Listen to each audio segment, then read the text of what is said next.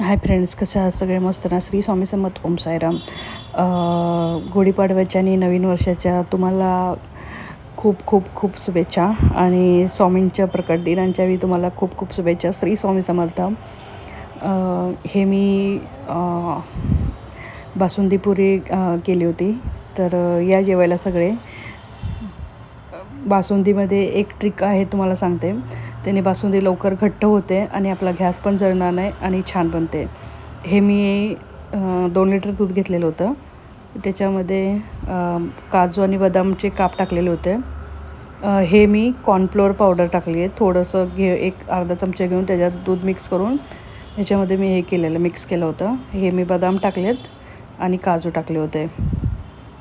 तर थोडं तुपाची वरतून धार टाकली होती आणि जसं आपल्याला गोड पाहिजे तसं साखर टाकायची आहे, कमी जास्त तुम्हाला जसं हवं आहे तसं.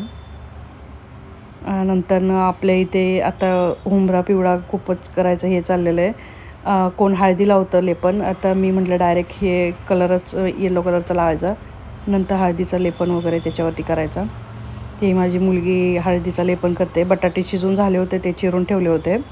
आलू पुरी बनवते, त्याच्यामध्ये हे मसाले घेतले होते. तिखट आपलं कांदा लसूण चटणी नाही घ्यायची आपल्याला, नुसते तिखट मिरची पावडर घ्यायचे.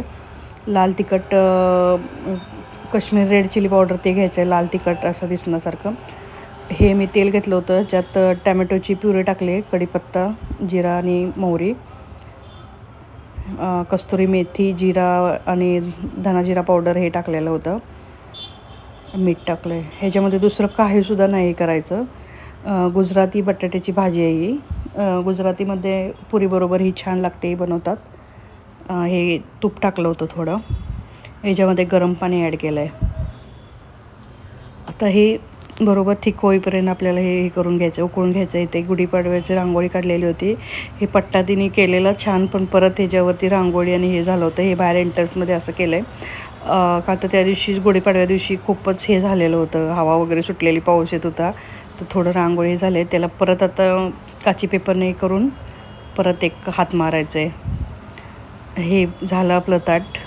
पुरी, बासुंदी, पापड, बटाट्याची ग्रेव्हीवाली भाजी खूप छान लागते. या सर्वजण जेवायला.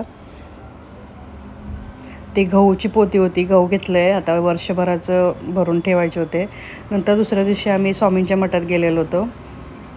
बॅकसाईडचा आवाज, इथे गाड्या जातात रोडवरून, ते आवाज येतो आहे. हे मी बटाट्याचे 30 किलो बटाट्याची पोतं दिलेलं होतं तिथं मी स्वामींच्या मठामध्ये. हे बघा, इथे सर्वांनी प्रसाद घेऊन आलेले सकाळी स्वामींना दाखवायला. अभिषेक वगैरे चाललेलं, होम वगैरे चाललेलं. हे बघा, इथे खूप गर्दी होती सकाळी. कोणी पुरणपोळी आणलेली, कोणी बटाट्याची भाजी आणलेली, कोणी काय काय काय काय घेऊन आले होते. श्री स्वामी समर्थ. संध्याकाळी जायचं होतं, पण परत जायचं झालं नाही. मिस्टरांचं बंदोबस्त आला होता, त्याच्यामुळे काही जायचं झालं नाही. श्री स्वामी समर्थ. हे बघा, येलो कलरचे कसे हे घातलेत त्यांना. आणि दिवसांदिवस जसं सगळ्यांना माहिती पडेल तसं सगळे मराठी लोक इथे यायला लागलेत. एवढं सुंदर वाटतं ना इथे मठामध्ये, खूप छान वाटते. हे बघा, छान करतात इथे. इथे औदुंबराचं झाड आहे, तिथे बाजूने सगळ्या तुळशीच लावलेल्या होत्या त्यांनी. हे बघा,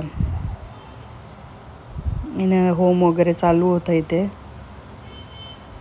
रांगोळ्या वगैरे काढलेल्या आणि गर्दी बघा किती झाली होती. जसं जसं माहिती पडेल तसं सगळी लोक इथे यायला लागलेत स्वामींच्या मठामध्ये. श्री स्वामी समर्थ. कसं केला तुमचा गुढीपाडव्याचा दिवस, नवीन वर्षाचा सांगा.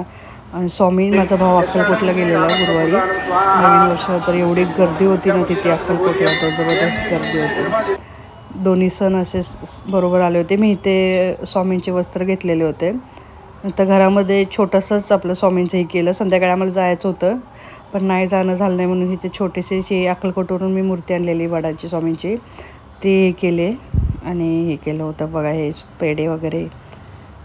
कसं वाटलं नक्की सांगा. बाय. श्री स्वामी समर्थ.